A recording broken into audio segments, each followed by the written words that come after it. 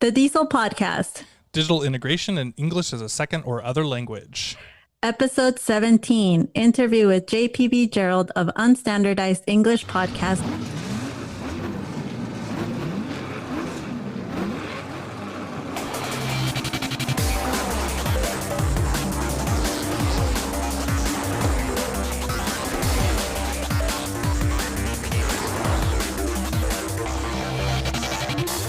Hello and welcome to the DIESOL podcast. This is episode 17. We are your hosts. I am Brent Warner. And I'm Michelle Reyes. And today we have a guest with us today, joining us, JPB Gerald. How are you? I'm all right. And yourself? I'm doing pretty well. Michelle, are you okay? Doing all right.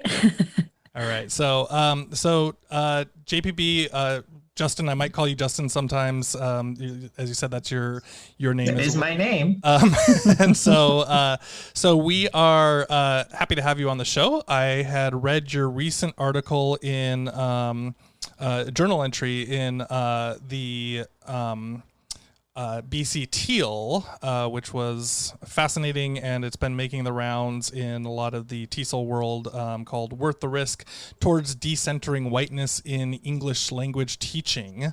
Absolutely outstanding and fascinating, and so much to think about. And so relevant. I mean, it's been, but yeah, well, now that it's out there. We kind of tweeted you about it, and you mentioned unfortunately fortunate, great timing on the content in there. So can you just tell us a little bit about who you are and what you do? And we got so stuck with the major current moment, and we're sitting here doing like an ESL podcast about technology, which is kind of nerdy, but there's things that are so much more important than that at the same time in our field. And so can you just share a little bit about who you are and what you do, and a little bit, we'll get into some depth on some of your ideas inside of that article as well. All right. Thanks for asking. So I am the new semester just started, so I guess I'm sort of in my third year. I don't know. Doctoral student, an EDD student at CUNY, that's the City University of New York, Hunter College. And if things continue to go as they are, I would be graduating in 2022. So I'm about halfway through. I have a master's in Tesol. So my background is in Tesol, a master's from the New School, which is also in New York. And I spent most of from 2008 to 2016 doing various, TESOL type jobs. I taught for 2 years in South Korea, and then I came home to New York. I keep saying that, but and I came home because I wanted to get a degree because I did not know what I was doing. I thought that I was pretty good at reaching students in the classroom, but I didn't know anything about the language, at all. So I went to get my master's, and while I was in school and after school, I was teaching at various private language schools around New York. Pretty common path. Right. And then, I got my degree, and I was like, I would like to pay my rent. So I got a job at a nonprofit where I was managing the adult English language classes, also the computer classes. It's nothing to do with it, but that's just what I was doing. And I did that for 4 years, and then after that, with a little conflicted about it, but I got a different job. I'm still doing adult education and as my day job, but it's not in language. However, around the same time, because my day job is affiliated with the school, although I don't work on the campus or anything, they, really say you should take classes at the school. And I said, I could just do that, but actually I think I'm going to go back and get another degree. But if I was going to do that, if I was really going to get a degree, I needed to really focus on something that I was really interested in. So when I started my degree in 2018, I was mostly interested in the previous context where I worked, working at that nonprofit. And I had students who weren't showing up to class. Now, this is not unusual. It was a free program, right? So I said, why? Why aren't they showing up to class? And I spent more time studying and analyzing and trying to figure out the issue. And what I came to understand was there was, and I didn't really get this at the time, the program was really prizing a certain type of student, whether it was intentional or unintentional, I can't say. And the students that persisted in the class were the students who were much closer to an American version of whiteness, even though none of them were actually white. I mean, I think one or two of them were from Europe, but most of them were not white. And so then I got really into trying to understand the connection between whiteness and language teaching. Started with just race in general, and I realized that although there is scholarship on race and language teaching, there isn't very much on whiteness and language teaching. So I've been writing about that. And I also, as they mentioned, as you mentioned, have a podcast where I talk about race and language teaching, and it veers off in some other directions. But because I wanted to try and problematize the concept of standard English, and so I talk about, the ways we need to rethink standardization of English. So that's all of the things that have led up to now. So this is.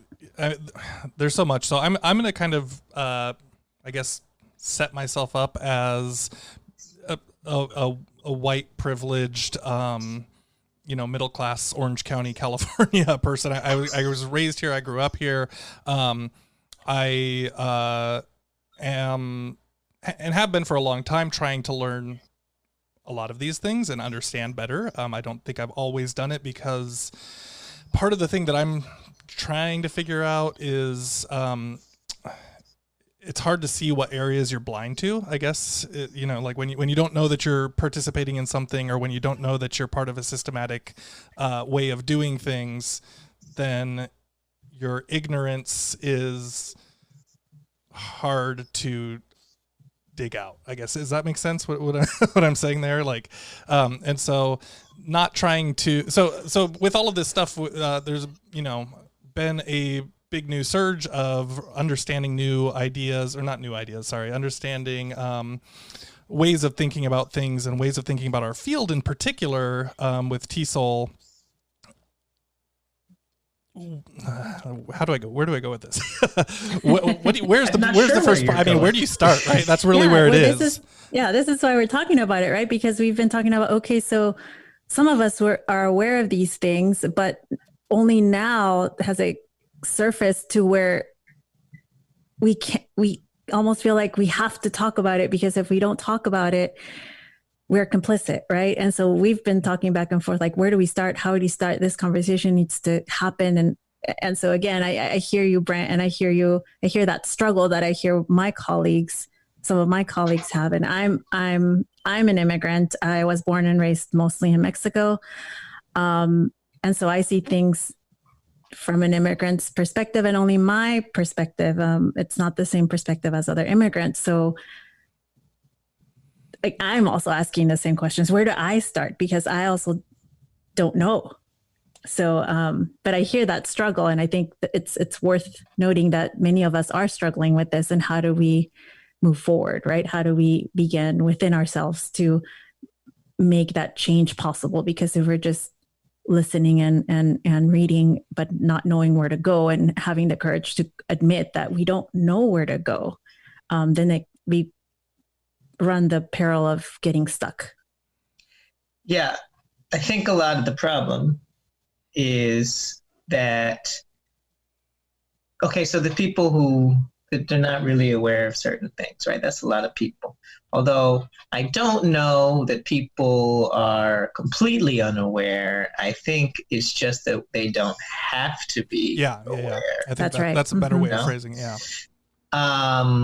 And this goes for other forms of oppression too, right? I could say this about gender and myself, or class, or something, because I grew up, middle class, upper middle class, whatever. But we're speaking about this. So since people don't have to be aware, like why would one choose to do extra work that they don't feel like they need to do to live? Right? Why? Just why? I mean, the answer is because it's the right thing to do, but like that is not much motivation for most people. It's just like, well, it's a nice thing to do.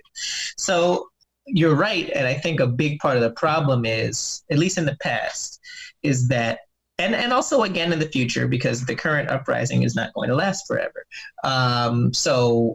Is getting stuck, because a lot of people they find out, oh man, I'm part of an oppressive demographic. I'm going to go read about it. And we should. But then what do I do? Right now, most of the books and the articles have some sort of roadmap in them. I don't find it particularly useful when scholarship or writing doesn't include any suggestions at all. On the other hand, when it just becomes check boxes, then people just skip to the check boxes. Right. So it's hard to balance, which is what I try to do in the writing. But trying to avoid getting stuck is really important. And I think that's where the fact that if you look at most of the writing, whether you're talking about the Kendi anti-racist book or other books that people, because different scholars have different opinions on different people's writings and which one is the best. So I'm not saying this one's the best, this one's the worst.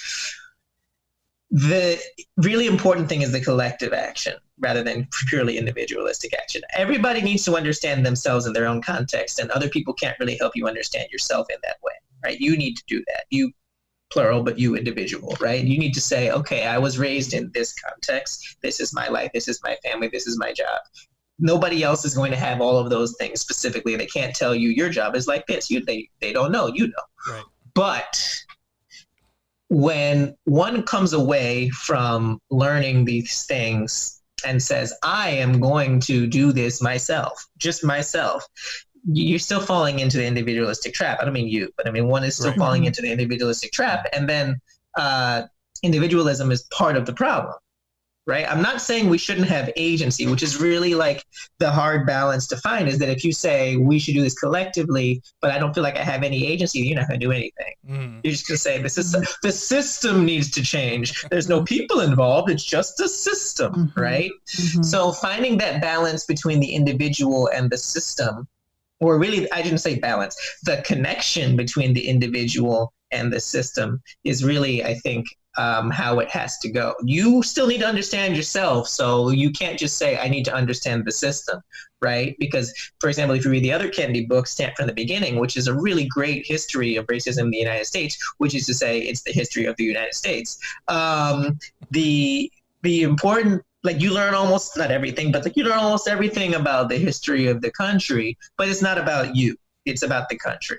Whereas if you read A White Fragility or How to Be an Anti-Racist, that's more about you. Although if you read those books towards the end, they're talking about collective action. But so it's, so that you don't get stuck, you got to work with people on the progress, right? Learn about yourself, but then have those accountability groups, whether you have colleagues, friends, whatever. Learn from the scholars who are doing it. It doesn't have to be scholars, but the experts who are doing it, whether they're researchers or people with lived experience, and make sure that those people are supported. So that, because a lot of the problems that I've been encountering, and we'll talk about the project later, but a lot of the problems I've been encountering is that I have very nice white friends who just want to ask me questions and just place feelings upon me. Right. And it's annoying. I get that they want to help, but it is not helping anyone but them. So, right. This was a very long way of saying it's important to find collective action, but not so de-individualized that you feel that you can't actually do anything. So can we talk about the field of TESOL a bit? Oh, we surely can. So just where is the racism? Where is the whiteness? Where is all of this? Because I think also same, like me, I think there's a lot of people that are like, oh, we're this all-inclusive field and we love people from all over the world, and therefore we are not racist, right? Or therefore we don't have any problems that other areas might be dealing with. How do you respond? Yeah, where do we go with that? So the first article I wrote, which is not the one you're talking about, but I only have two, I'm pretty new to this, but was about this concept that I thought of called the Altruistic Shield, right? Which I cited in the other article. You cited in the other one, right? Right. And the concept of that is basically what you said. It's the belief among people in socially good or pro-social professions, whether that's teaching, nursing, social work, nonprofits, that because of the altruistic nature of the profession itself, that they therefore cannot be perpetuating oppression generally and racism specifically. Mm-hmm. Right? So the reason this idea came up to me was in the spring of 2019, I was at a conference, the AERA conference, right, in Toronto, and I had an interaction with someone where I pointed out after going to a session, like, oh man, because some of the data was on the screen, right, and the data was an interview with a teacher, and the teacher was saying something racist, and I pointed out, wow, I'm not surprised, but there's some teachers that can say some really gross stuff. Or I said something like that. I didn't use the word racist. And this person just got very deep in their feelings about this and started to talk about how hard they work. I wasn't talking to her or about her or even mentioning the word racist. But then I said, what is it that would be the defense for not actually being criticized? Right? What is this? And I started thinking of it like a shield, like they just put out the shield before anybody came near them to even discuss the concept of race or racism. Once you get into talking about race and racism and they get really defensive, then you're talking about like a white fragility or something like that. And I'm not saying that that's not valuable, but like this is like before you even get there, and although white fragility is part of it, you don't have to be white for this to be the case, is my point. So yeah, we think as a profession that we help, at least in the United States and in Western countries, we mostly help racialized students, right? We teach them English in this profession. Mm-hmm. And we think that to give them the gift of English, and this is often the way it's presented, it's not said that way, but that's the image, is to help uplift them from their station to a higher station, right? And the higher station usually being more money, better job, whatever it is. Mm-hmm. And so therefore, we cannot be racist or, centering whiteness or whatever, because if we were racist, how could we possibly be choosing to spend our time uplifting them, right? It's a lot of saviorism and so forth. And it's not just language teaching. It's not just TESOL. It's teaching, like I said, nursing, social work. But we're talking about TESOL.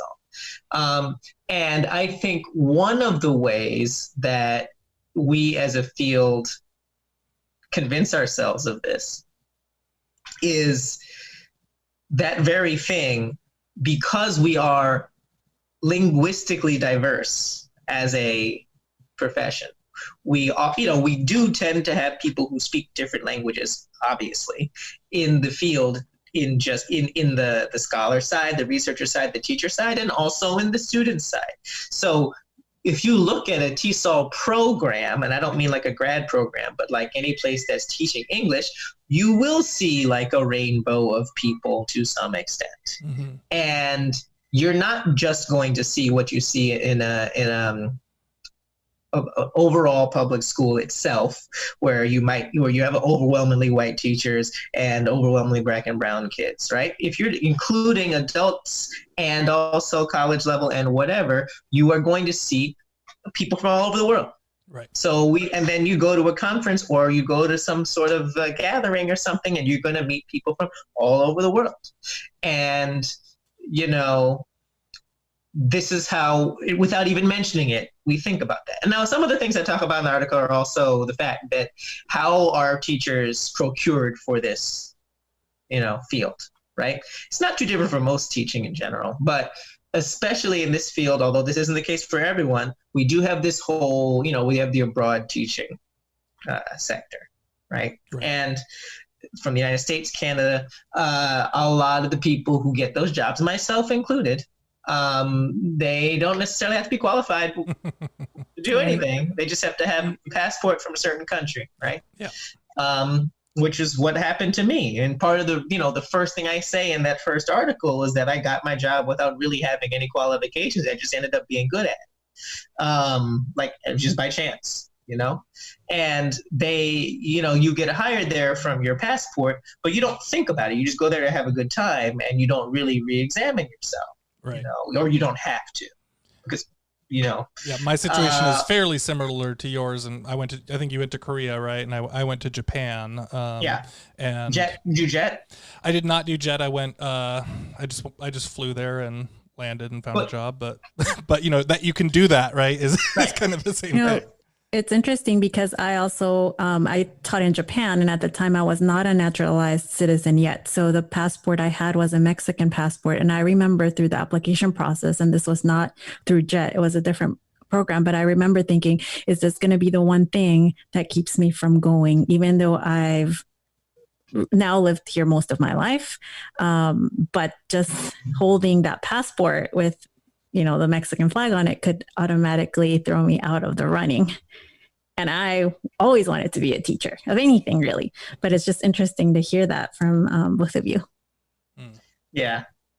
So yeah, so those are some of the ways. And then there's also like, you just go into history. I mean, like settler colonialism and the way that we think that civilizing other places involves, we don't have to go too into it, but like changing their religion and also changing their language, right? Sure.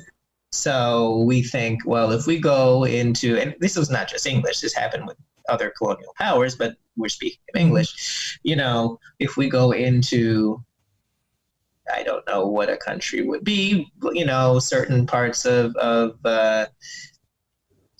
Central America or South America or something, the ones that are more respected are the ones who can speak English, so it's a lot of just sort of social status, and we think that we're raising people's social status to be closer to the white ideal that we don't mention, and so therefore we think that it's not part of it.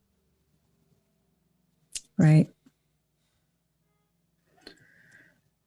It's a lot to process sometimes, like sometimes you just kind of want to sit with these ideas and see where you're going to go with that. Like because my follow-up to that, I guess, is like,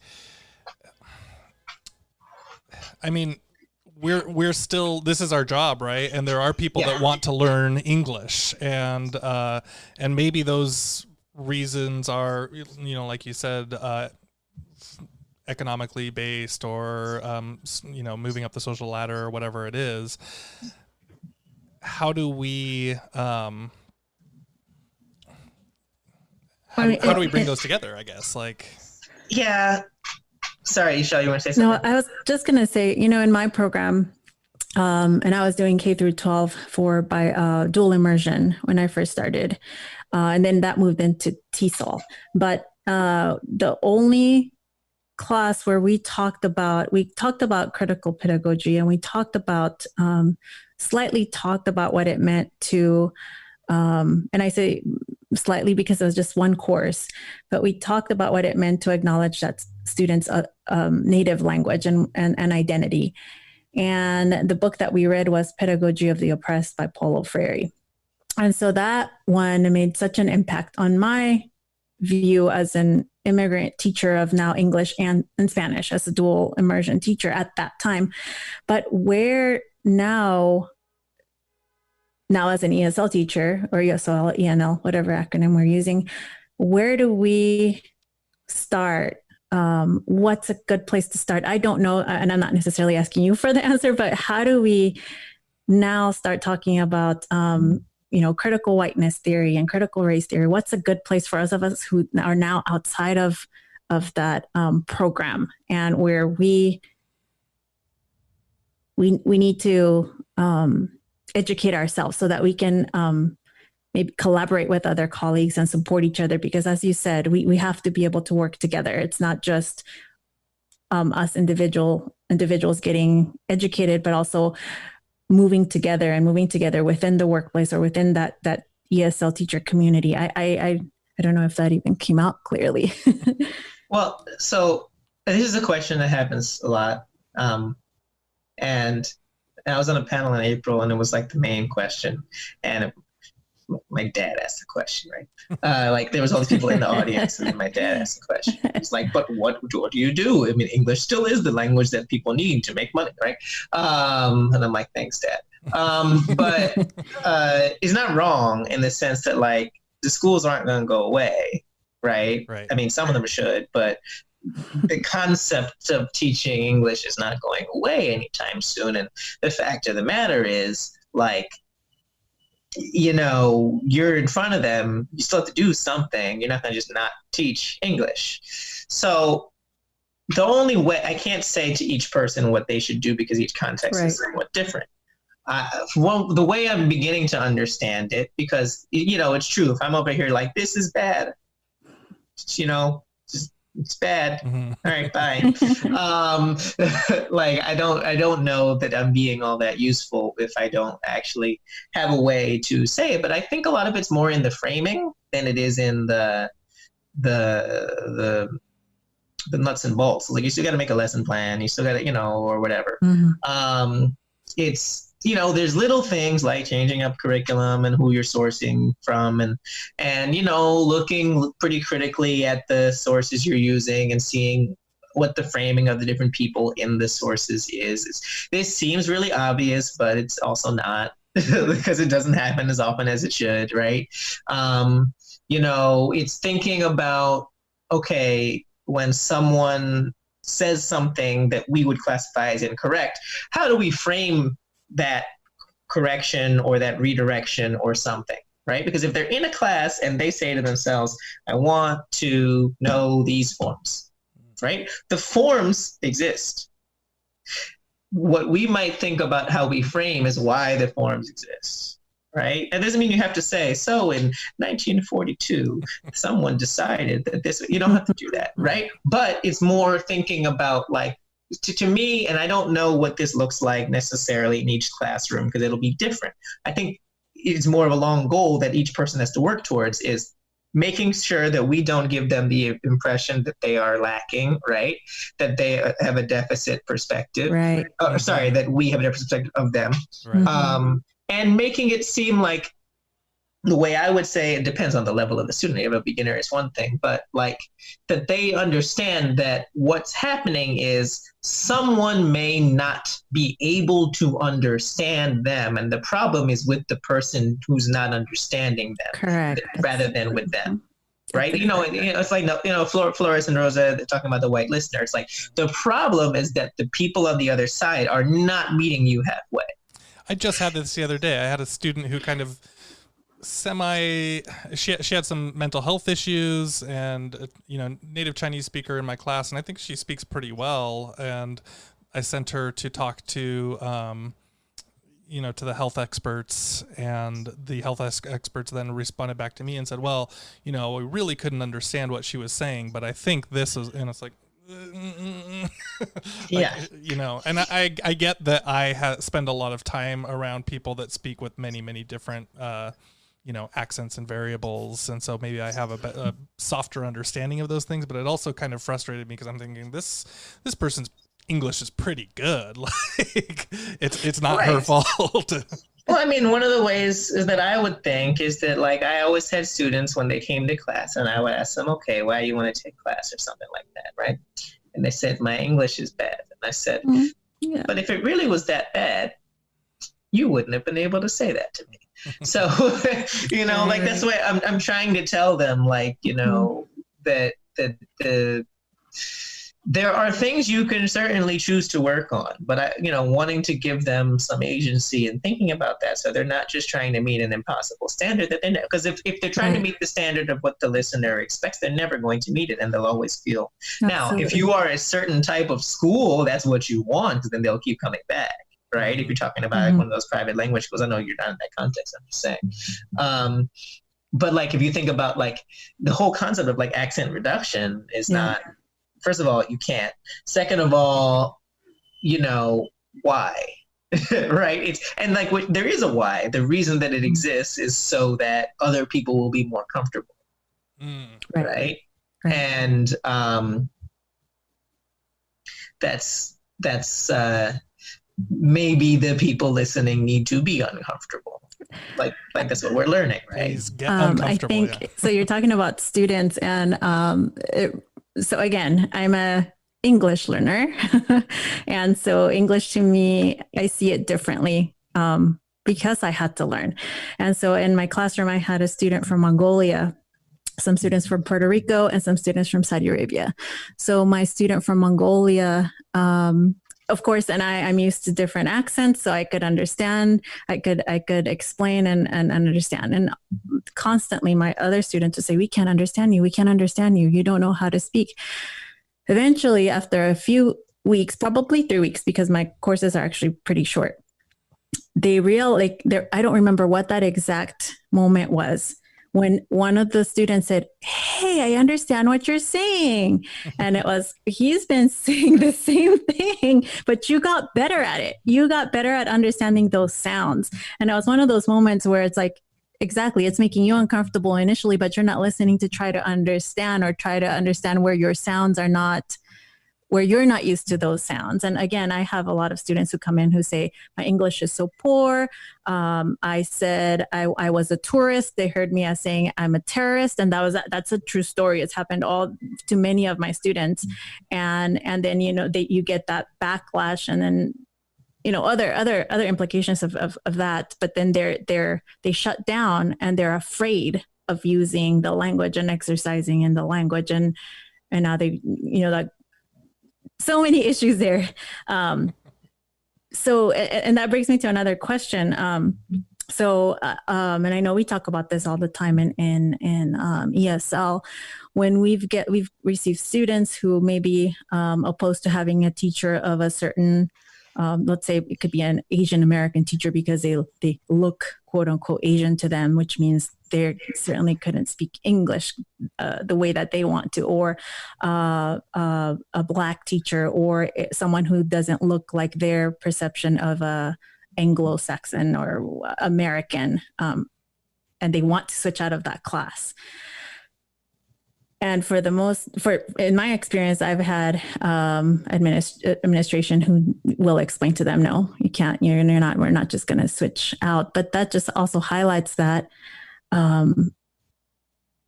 there's work to do there as well. Yeah. So that's one of the things that comes up in the article, and it comes up in a lot of research is like one of the ways that the economic motivation is reified is the fact that the school will say, well, that's what the student wants. And, that's what or the parents, I'm saying, like, that's what the customer wants. So that's what the customer's going to get. And I know you're saying your administration doesn't allow it, but a lot of places do, because they're paying, right? Right. So one of the things, like collective action wise, is if you're at a place that doesn't stop it, to go to the administration and say, stop it. Now you don't have to do that because your institution is already doing the things it needs to be doing. Right. But that's a lot of places. And we need to also, like, as a people in the field, make sure that we, call out places. I mean, I know if one person works there, they may not feel comfortable, but like if the collective industry calls out places who are switching people for racial reasons, right?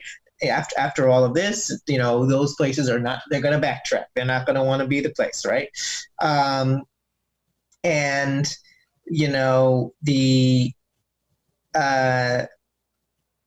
This motivation to just sort of acquiesce to that, really ignorant assumption that the people are making that someone who looks a certain way must speak English worse,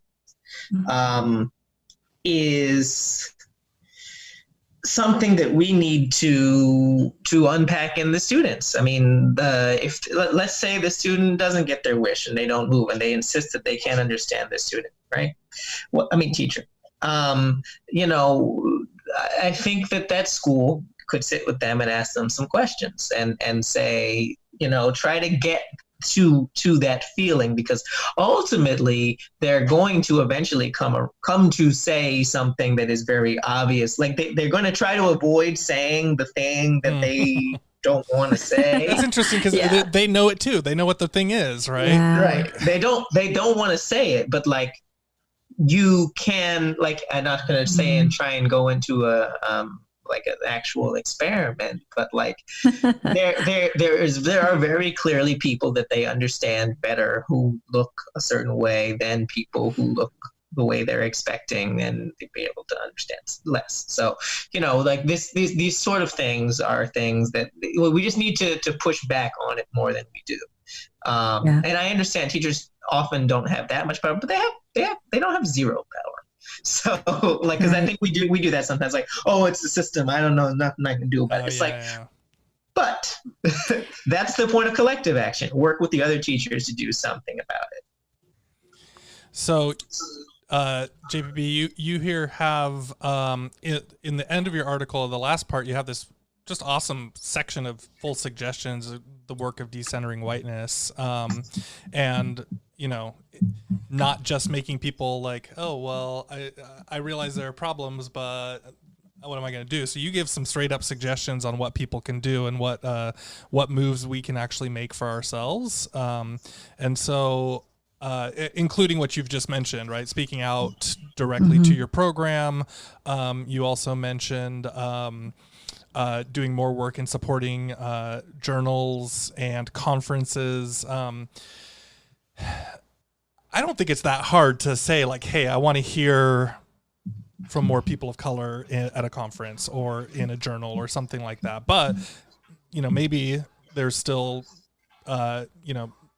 reasons those aren't coming through or those aren't being pushed forward. So for people who haven't read your article yet, can you talk a little bit about how those things can be worked to help support a broader variety of teachers and ideas? Yeah. So one of the things that you mentioned, the journal thing, I'm just going to go in order of the things. So, yeah, journals. One of the problems with scholarship in general is, this is, like, there's a reason for this, but it's also limiting, is that generally people don't tend to take you that seriously if you can't find prior research in your field supporting some of your ideas, and then you build on it. But the problem is there's maybe it exists, but I haven't found it in all of my looking around. There's no, like, here is the journal I go to read entirely about race and language teaching, or race or whiteness and language. It doesn't exist. The articles are scattered all over the place, and then you can find them if you search with the right terms, but then there's 96 acronyms for this field, so it takes a lot of work. I tend to use ELT just because it seems to be the broadest, but the point is, there's no one place for it, right? And, it's good that these articles are getting into other journals, but there's no center place, and that's a problem. And, so we need to do that. We need to push for that to be created. There are big journal companies out there that have no particular reason not to do this if they were pushed. You know what I'm saying? So they could do that. Conferences, when people are at conferences, they are running around like a chicken with their head cut off, trying to go to 96 places. And so they might not even notice that the people they all went to were white, right? I make this point about conferences fairly often when I speak, but I also can't tell you how white the conferences were or weren't, because I don't go to the main things. I go to see the people who are racialized. But then I go back and I look at the program, and I'm like, oh, yeah, okay. And I realize that just because I'm in my little corner looking at race and language doesn't mean anybody else is doing that besides people who are into this sort of thing, right? Like, you don't go to the race and language. Like, it's not a conference, right? It's one of the things at the conference. So you don't go to the race and language presentation unless you're interested in race and language, or you're like my friend coming to see me talk. So, if that is the case, then we really need to make sure that it's not in a little corner of the conference. I don't mean literally, but sometimes literally. Yeah, sometimes literally. Can I add a tag onto that? Because so I'm part of an organization called Q, which is a computer using educators out here on the West Coast, and I went to the Los Angeles regional conference recently, and one of the things they were doing when you walked in the door to go into the auditorium, because it wasn't huge, it was a couple hundred people. You walk into the door to the auditorium, and they said, well, hey, on these sticky notes, give us some of the information about you, like race, gender, religious affiliation, just, kind of demographic information. Yeah. And they put it in. And then what they did is during the conference, they collected all that stuff and they put it into like a word cloud. And then they blasted it when everybody came back together and they said, this is what's going on in this. Like, do you even see this? And I was like, I'll tell the truth, when I walked in, I'm like, do you like want me? Like, I'm white, middle-class dude, agnostic, whatever. Like, and I'm like, and then I went in and I saw the actual breakdown of it. And I was like, oh, like that is interesting to see now how white this conference is, or how straight this conference is, or whatever the different parts of it were, based on the word cloud being bigger in certain things. And so that was done by Letitia Citizen, and I'll try and put a link in the show notes to what she was doing with that project too. But it was super interesting because it was suddenly revealing to things that I just wasn't thinking about, and I hope that more conferences could do something like that when you walk in the door, instead of them just collecting some demographics privately at the end and kind of saying, oh, well, now that we know that this percentage is whatever, what do we do to appeal to those people more? But like, really, if it's public and everybody knows in the moment, it feels like that could be a lot more powerful. Well, I'm just thinking right now about, and I know I had this conversation with you before, Brent, how just now I started thinking of how many, because I'm usually very involved in the Esol organizations, whether when I was in California or here in Texas, but how many people of color are not in our leadership. Mm-hmm. And I can count on my hand two that I was very fortunate to be working with. And again, I never had to think about that before. And I never thought of it that way. And it's like, well, where are we getting, what's happened and why are there not more? And again, just sort of like seeing the light and a blinding light, and also the shame of not seeing it before, in the organization that's supposed to have, or we consider ourselves more open and accepting and well-versed in a lot of stuff. So, in Esol, DIESOL, text DIESOL, cut DIESOL. Yeah, I see that a lot. I see it on Twitter and stuff like that.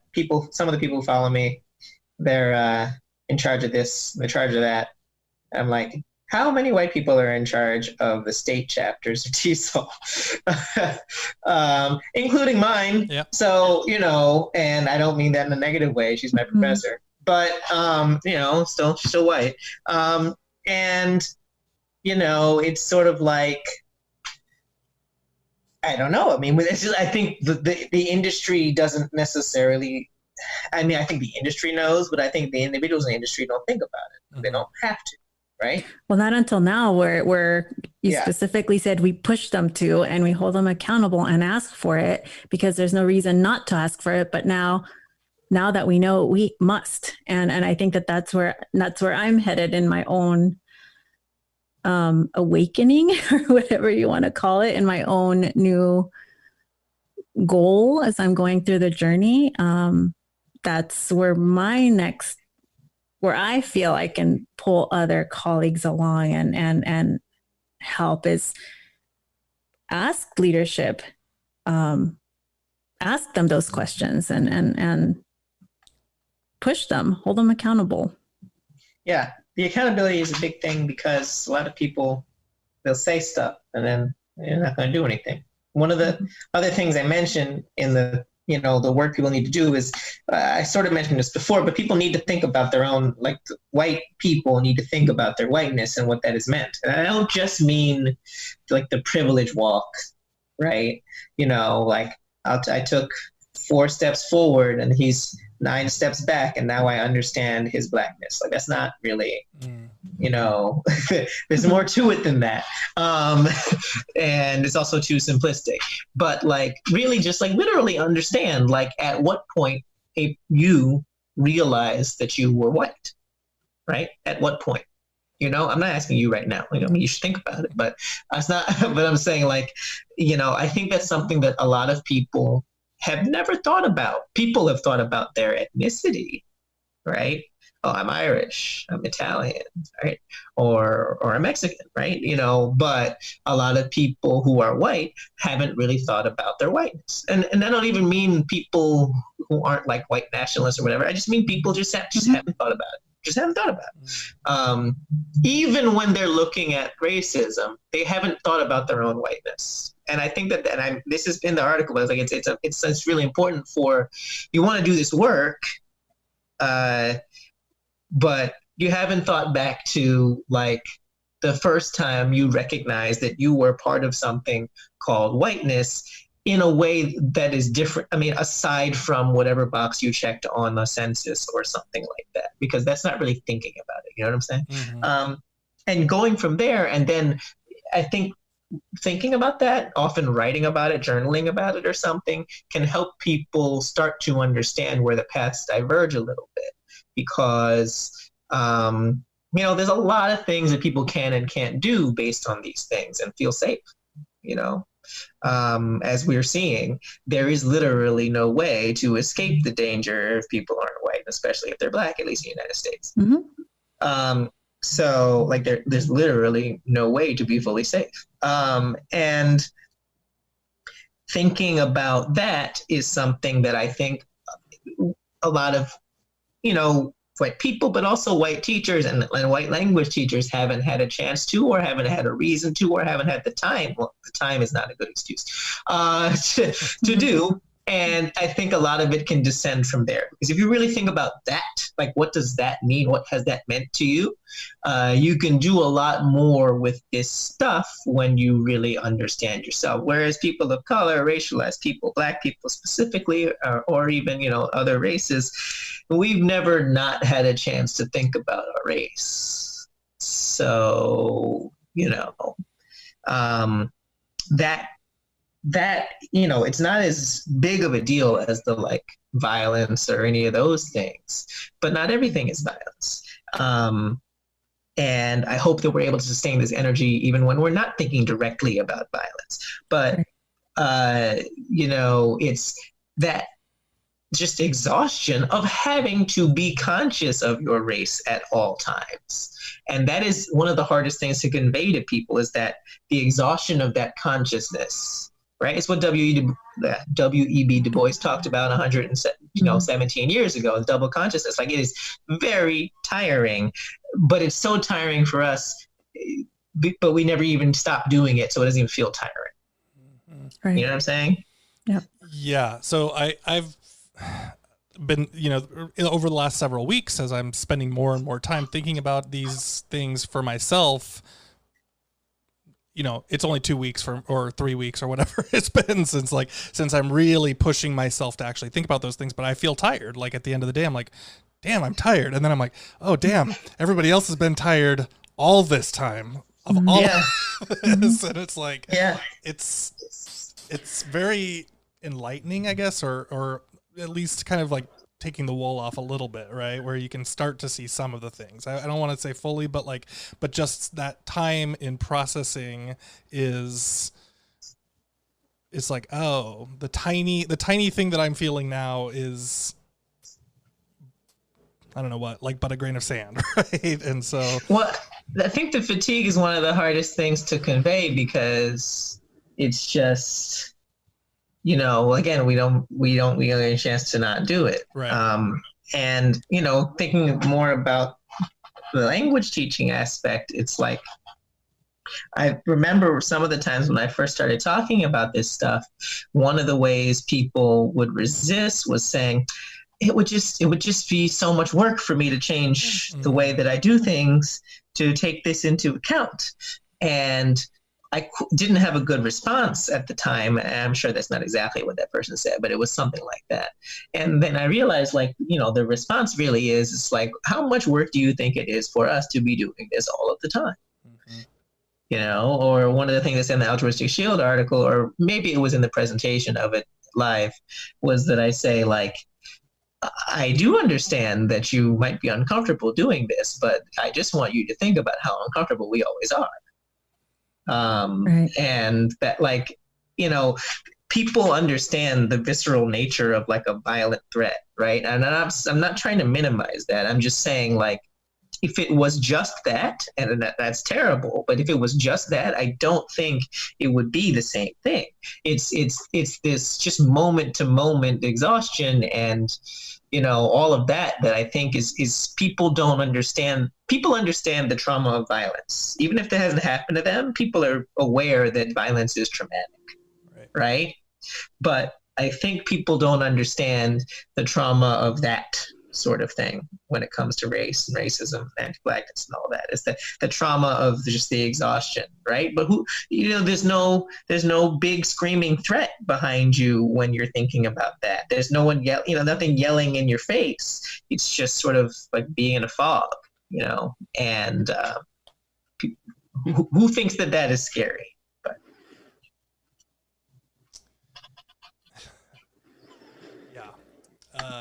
yeah, it's hard to respond to those. Like it's hard to I feel like I get it in some ways, and then in other ways I'm like, and I also know that I don't. Shell, does that make sense to you? What I'm saying, like, it's, yeah, and I think it's, you know, I hear that difficulty that some of us are struggling with, and I think, for example, I go back to, okay, as an immigrant, I can remember the first time I realized I was lighter skinned than most Hispanics, most Mexicans, because I went to a mostly Latino and Black school. And I remember they would tease me because I was white. And I never thought I never thought of myself as being white. I was always Mexican, and I didn't think of myself as being dark either. But I remembered them teasing me because I was white. The Latino kids would tease me. And I from that moment, I started noticing, in our own language, in Spanish, we have the word prieto, and we always want to know if the baby came out when they were born, how prieto they were, how dark they were. And if they came out light skinned, güerito, they're blondie, they're light skinned. And so those kind of thoughts, then I started realizing, and because we talk that way in Mexico. And so it's not like it came from coming to America. It was already there. So these issues have always been in my mind, and I just never necessarily talked about them with anyone. I just always thought I'm conflicted because I'm from another country. I'm conflicted because I see it differently. I'm conflicted because I've seen people discriminate against my mom because of her accent and talking down to her. And so I feel that rage that I want to naturally protect and help. And so all of these things, I don't know where I am. I just know that all of these things are now collectively happening in America. And it's a point where I can start to see where my colleagues are who haven't experienced something like that. And also that I'm somewhere in the middle. I don't feel like I've had any kind of hardship. I don't feel like I've had a hardship. I don't know. I think that where I am is a point of struggle, and without that point of struggle and difficulty and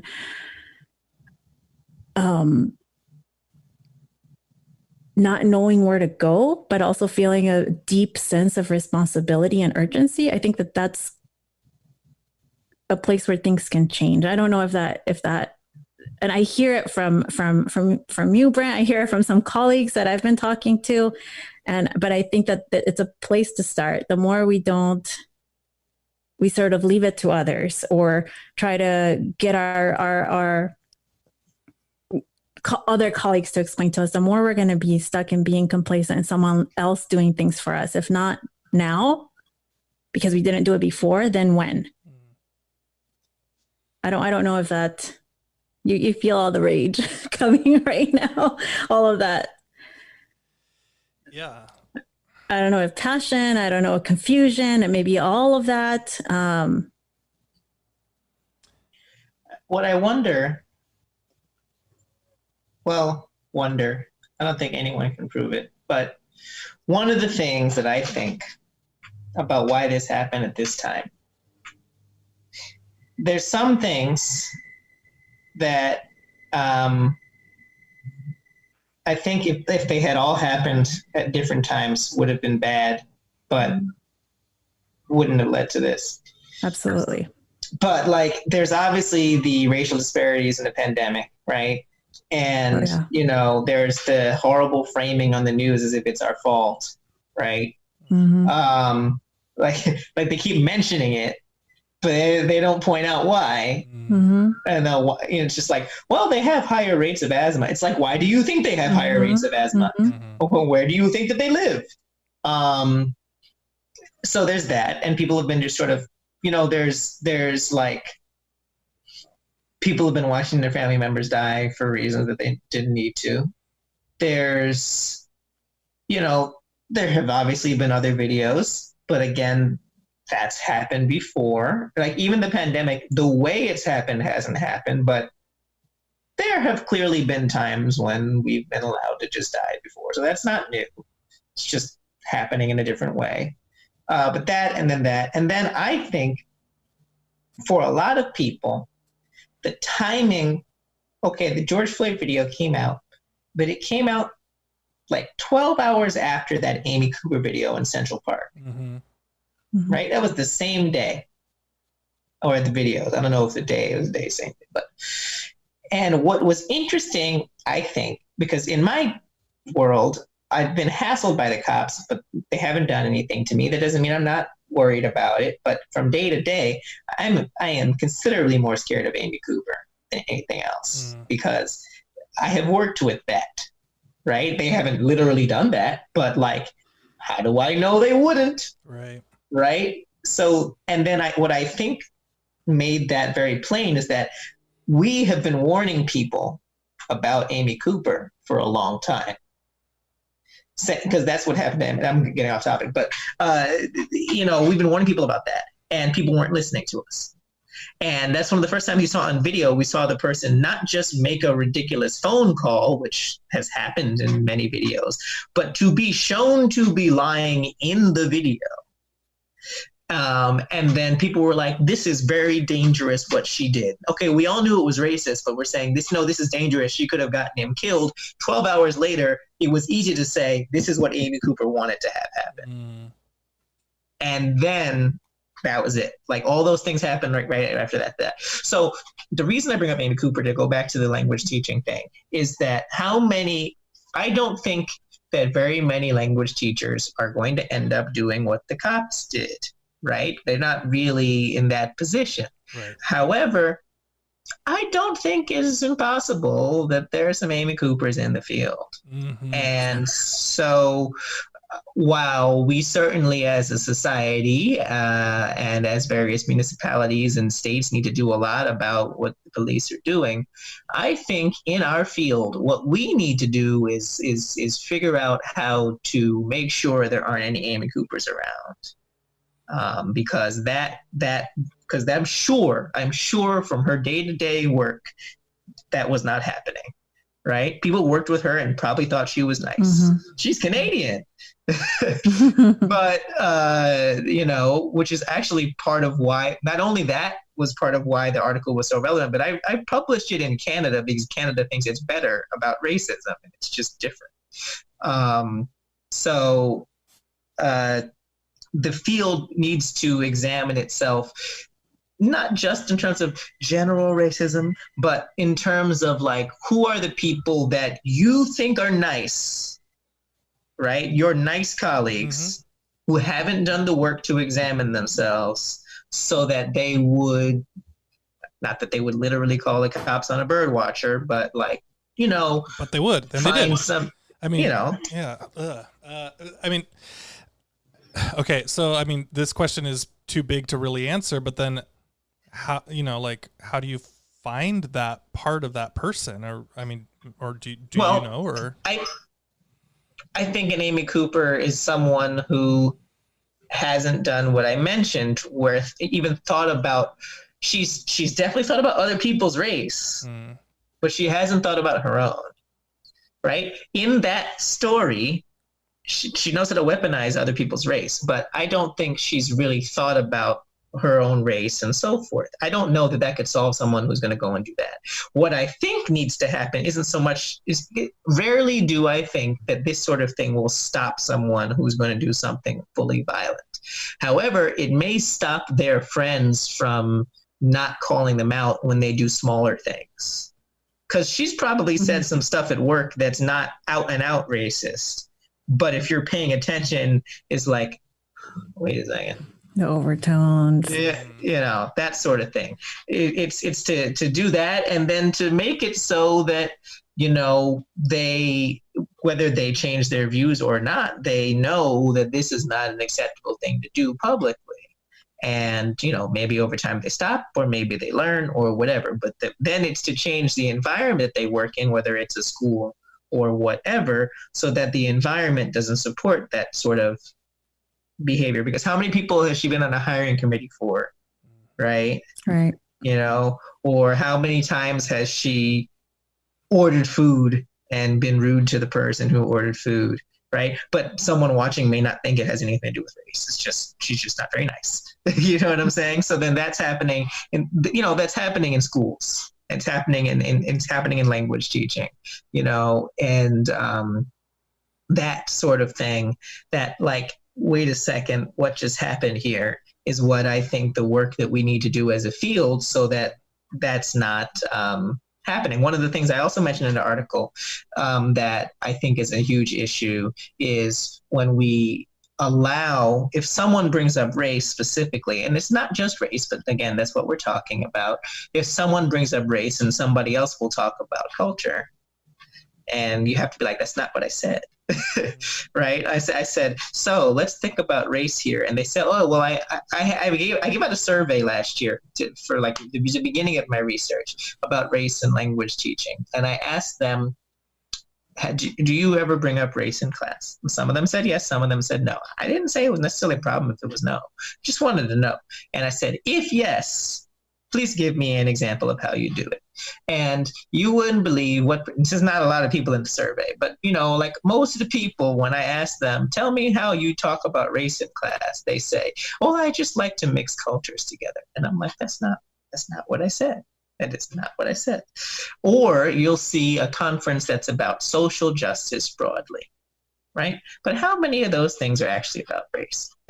Like, I understand we need a way to describe all of it, but as soon as you allow the discussion to include all, I'm not saying that intersectionality is bad, to be clear, but that's bringing race and other things together.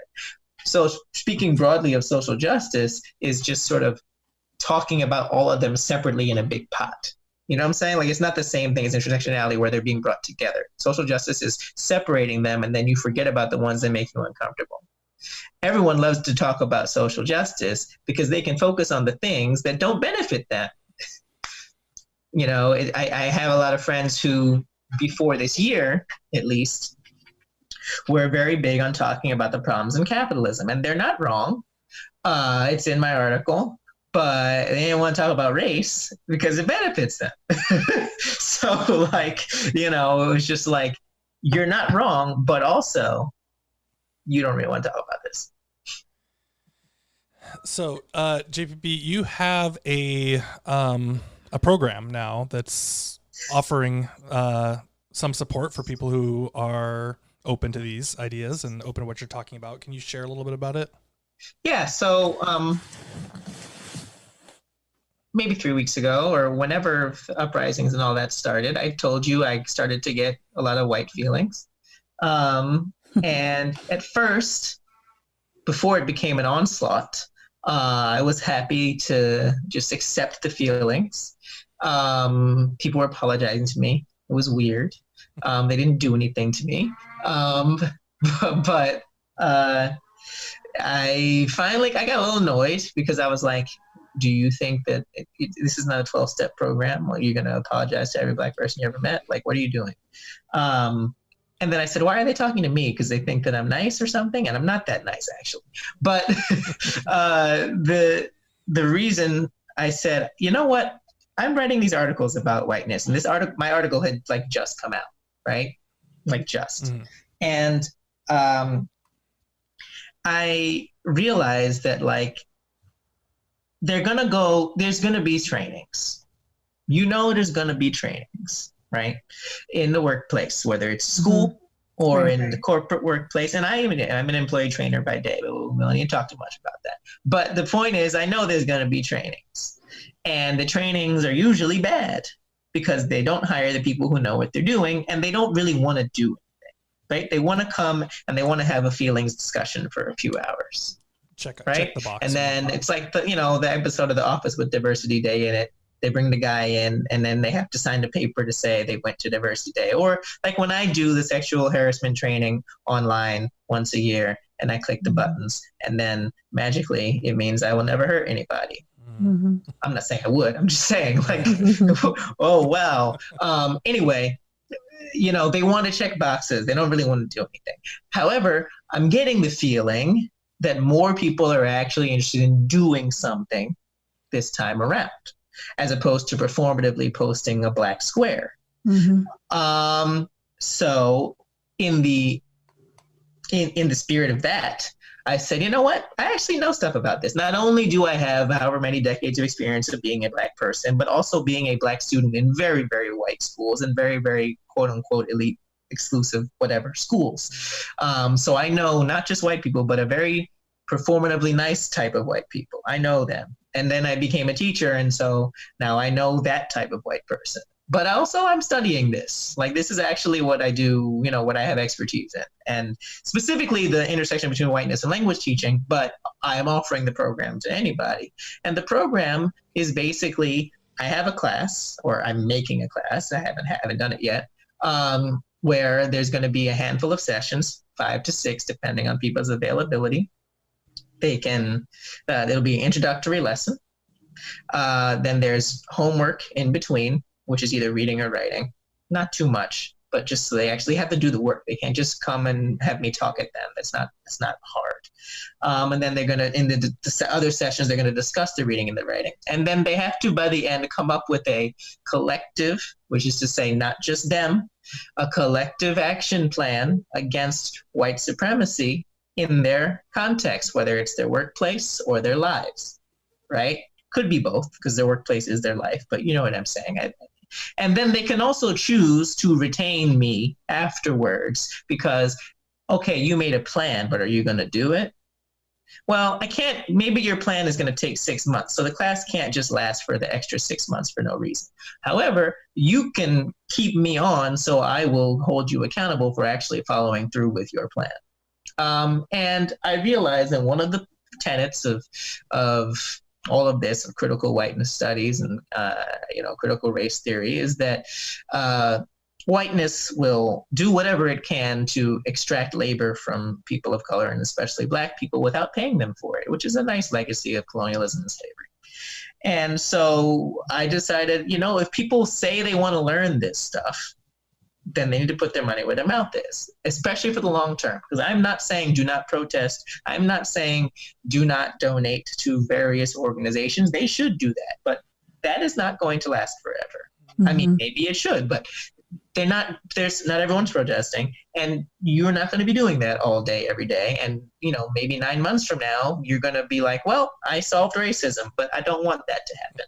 I want people to actually come away with actual plans to do something about it, to have learned through the course of what's in the course about themselves and their own race and their own whiteness, and all the different ways that whiteness interacts with their field, because it'll be somewhat customized.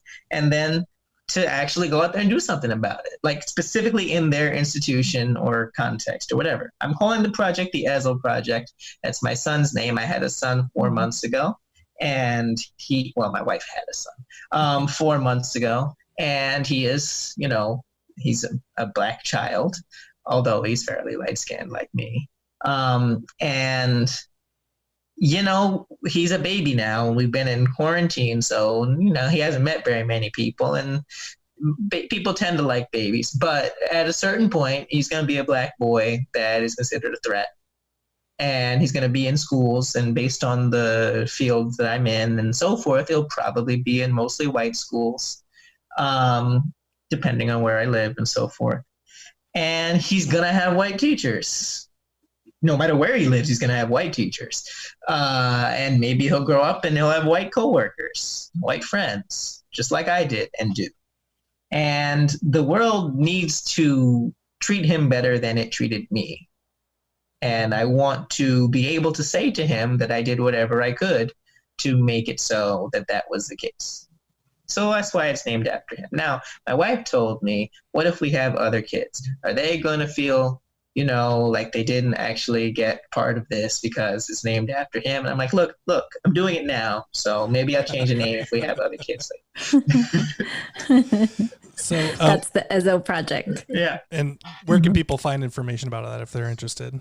Oh, yeah. Well, it's all that, and all the stuff I've written also is on my website, jpbgerald.com. I should probably say that. There's a lot of similar sounding letters in there. J, well, I think people know what J is. P is in Peter, B is in boy, and then Gerald, like, I don't know, Gerald Ford. I used to say Geraldo without the O. I don't know why I said that. Cause it's like, but the thing is, I hate when people call me Gerald because it's not my name. It's Gerald. So then if I said Geraldo, people say, oh, Gerald. I'm like, no. So anyway, jpbgerald.com is my website. On there, you will find links to any of the articles I've written. You will also find links to the podcast or Unstandardized English, which is on Anchor, but you can find it on the website. Might as well put you all in the same place.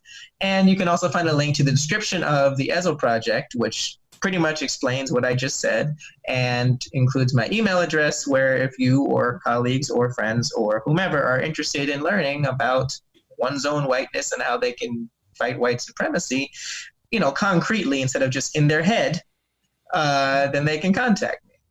And the point being, it's not free, but I don't want to make it exorbitant. It's priced about the same as a 1-credit graduate course at the school that I attend. So for one person, if there's several people, it's a whole other thing. But that's basically where it is. Like, I think it's equivalent in terms of what one learns to a short version of a graduate course. So there you go. Excellent. Mm-hmm. All right, so we're going to wrap things up and switch off towards the end here. So let's jump over. We do a thing, JPB, where we do a little fun find, something that you've been enjoying recently. So let's make a quick jump over there. And we do the part called Fun Finds. Shell, do you want to get started? Yeah, my fun find is something a friend recently shared with me, and it's called Space Fem's Mnemonic Generator. And you type in word and then it'll give you an acrostic sentence so that you can remember something. And I thought that was cool. So it's cool. Yeah. Little language fun, little language nerdery there. So if you need to remember some sort of name or acronym, then just pop that in. I only ever was able to write poems that were acrostics when I was younger. So I just they're like, write a poem, and I was like, can it be an acrostic? And they're like, awesome. Acrostics, yes.